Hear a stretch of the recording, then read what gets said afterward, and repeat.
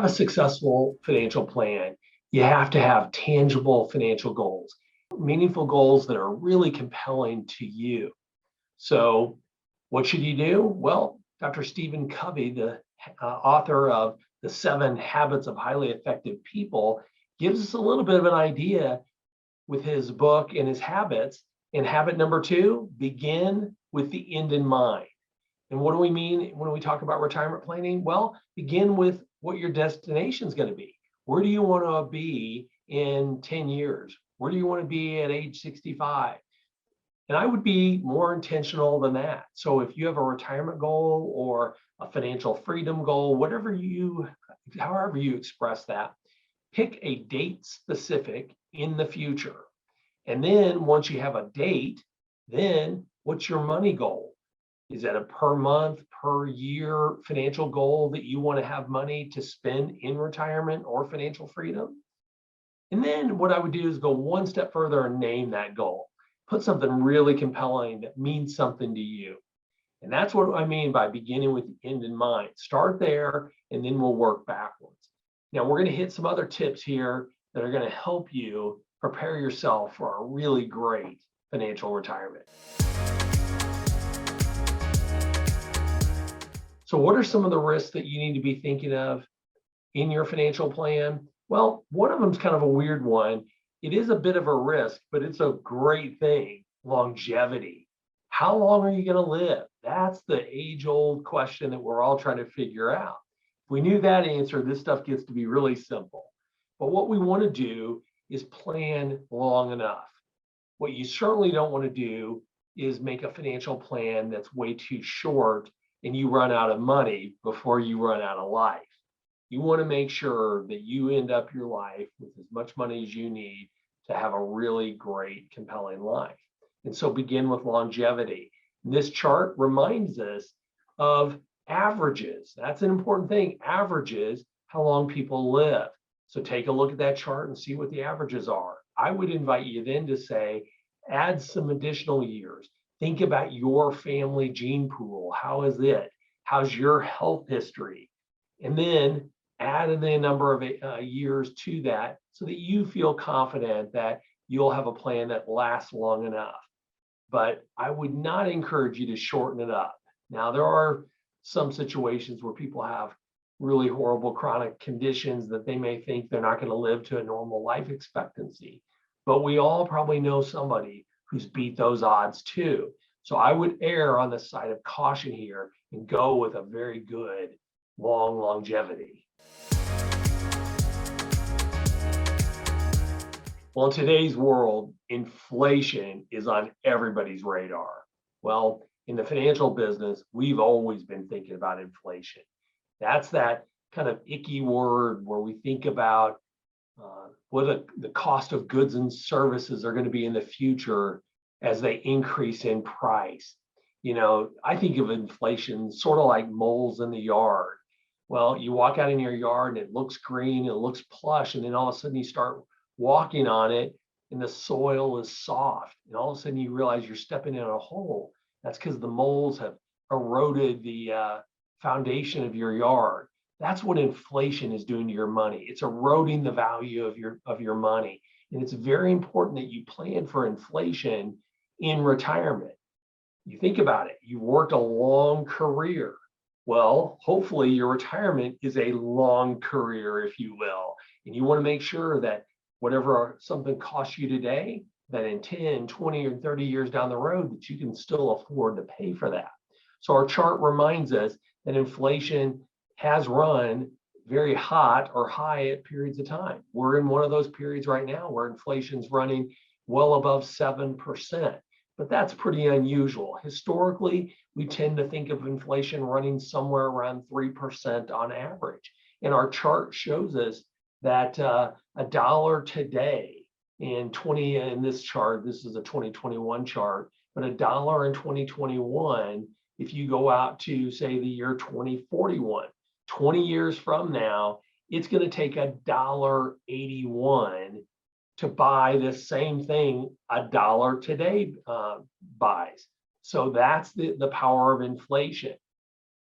And we use this chart as just another way to reinforce that. So if I needed $5,000 a month to live on right now, if I go out to 2041, assuming a 3% inflation rate, that $5,000 needs to be $9,030 to be the same as 5,000. Okay, so this is not $9,000 today, it's 5,000 today, and I need it to be 9,000 20 years from now to buy the same things for the same lifestyle. That's the impact of inflation. Very, very important that we think about inflation. And if there's any positive of the inflationary pressure right now is we all are acutely aware of it now. We really all, we don't need to be an economist to understand inflation. We're living inflation, and hopefully it doesn't stay at these levels much longer. And we frankly don't think it will, but it's important that we plan for inflation.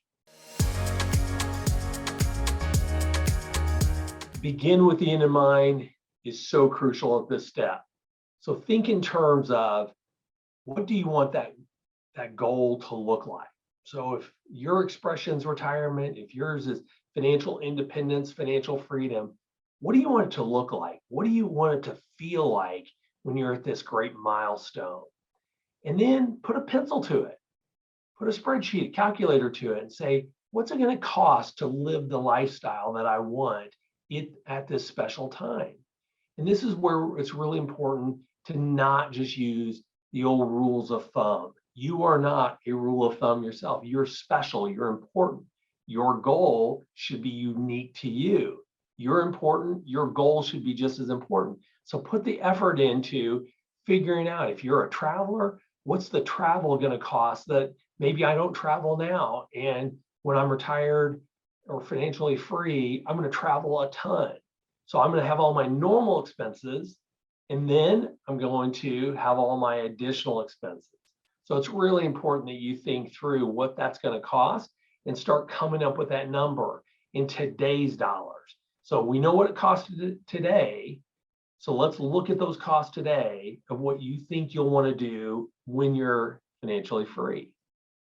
Then what we do is we do some forecasting, and our graph here kind of shows an example of how we then look to the future. We take the cost of it today, and then we send it out into the future and try to come up with costs. So in this particular case, we're using an example of Robert and Sophia, and they plan to retire in 15 years, and they need 80% of their expenses today. Now, that's just a number, that's not your number. So just, that 80% is just a kind of one of those rules of thumb that I don't necessarily think you should use every time. But in their case, they think they're going to need $4,400 a month today. But what's that work out to?